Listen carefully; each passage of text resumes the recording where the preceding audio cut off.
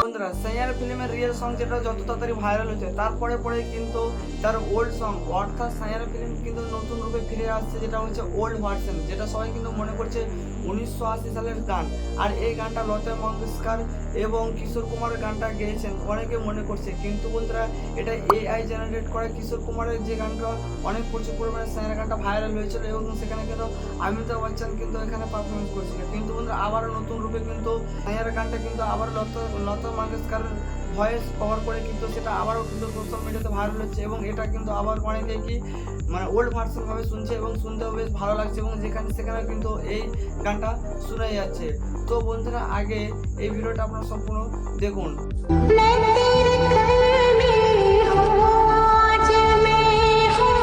এবং বন্ধুরা লতা মঙ্গেশকর যদি আপনি ইউটিউবে সার্চ করেন Lata Mangeshkar Saiyaara song old version, তবুও কিন্তু এই গানটা দিয়ে দিচ্ছেন।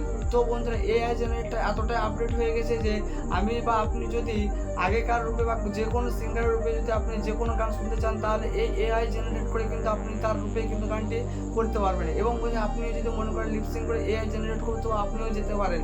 তো এআইটা একদিক থেকে উপকার হলেও অনেক দিক থেকে কিন্তু অপকার আসছে।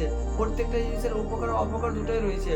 সো বন্ধুরা লতা মঙ্গেশকরের সাইয়ারা গানটা শুনতে এবং তার এই ভয়েসটা কেমন লাগছে অবশ্যই কমেন্ট করে জানাবেন এবং চ্যানেলটিকে সাবস্ক্রাইব করবেন।